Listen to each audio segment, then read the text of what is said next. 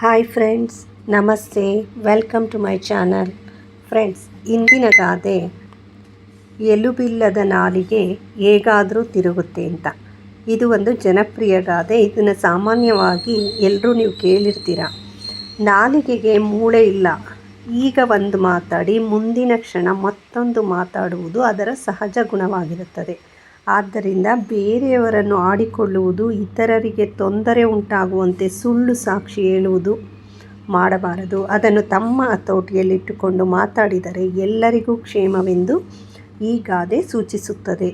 ಹಾಗೆಯೇ ಪ್ರತ್ಯಕ್ಷ ಕಂಡರೂ ಪ್ರಮಾಣಿಸಿ ನೋಡಬೇಕೆಂಬ ಗಾದೆಯೂ ಕೂಡ ಈ ಗಾದೆಗೆ ಸಮಾನ ಅರ್ಥ ಕೊಡುವಂತಹ ಗಾದೆಯಾಗಿದೆ.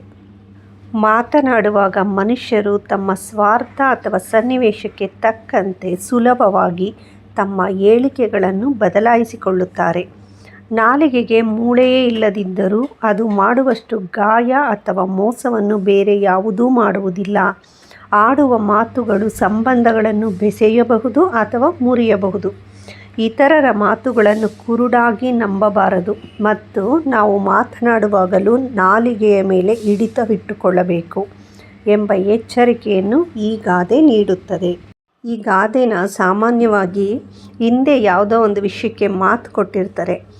ಆ ಮಾತು ಕೊಟ್ಟಿದ್ರೂ ಕೂಡ ಅದನ್ನು ಬಿಟ್ಟು ಅನುಕೂಲಕ್ಕೆ ತಕ್ಕಂತೆ ಮಾತನ್ನು ಬದಲಾಯಿಸ್ತಾರಲ್ವ, ಅವರಿಗೆ ಈ ಗಾದೆ ತುಂಬ ಅನ್ವಯ ಆಗುತ್ತದೆ.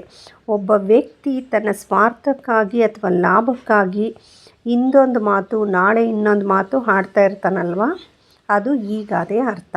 ಯಾವುದೇ ಜವಾಬ್ದಾರಿ ಇಲ್ಲದೆ ಪರಿಸ್ಥಿತಿಗೆ ತಕ್ಕಂತೆ ತನ್ನ ಹೇಳಿಕೆಗಳನ್ನು ಬದಲಾಯಿಸಿಕೊಳ್ಳುವವರನ್ನು ಬಣ್ಣಿಸಲು ಹಿರಿಯರು ಈ ಗಾದೆಯನ್ನು ಮಾಡಿದ್ದಾರೆ.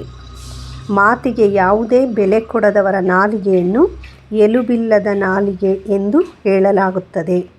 ಒಟ್ಟಿನಲ್ಲಿ ಹೇಳುವುದಾದರೆ ನಮ್ಮ ಮಾತಿನ ಮೇಲೆ ನಮಗೆ ಹಿಡಿತ ಮತ್ತು ನಂಬಿಕೆ ಇರಬೇಕೆಂಬ ಮಹತ್ವವನ್ನು ಈ ಗಾದೆ ತಿಳಿಸುತ್ತದೆ. ಫ್ರೆಂಡ್ಸ್, ನಿಮಗೂ ಈ ಥರ ಅನುಭವ ಆಗಿದೆಯಾ? ನಿಮಗೆ ಈ ಗಾದೆ ಇಷ್ಟ ಆಗಿದರೆ ಲೈಕ್ ಮಾಡಿ, ಶೇರ್ ಮಾಡಿ, ಸಬ್ಸ್ಕ್ರೈಬ್ ಮಾಡಿ. Thank you friends. Thank you for watching.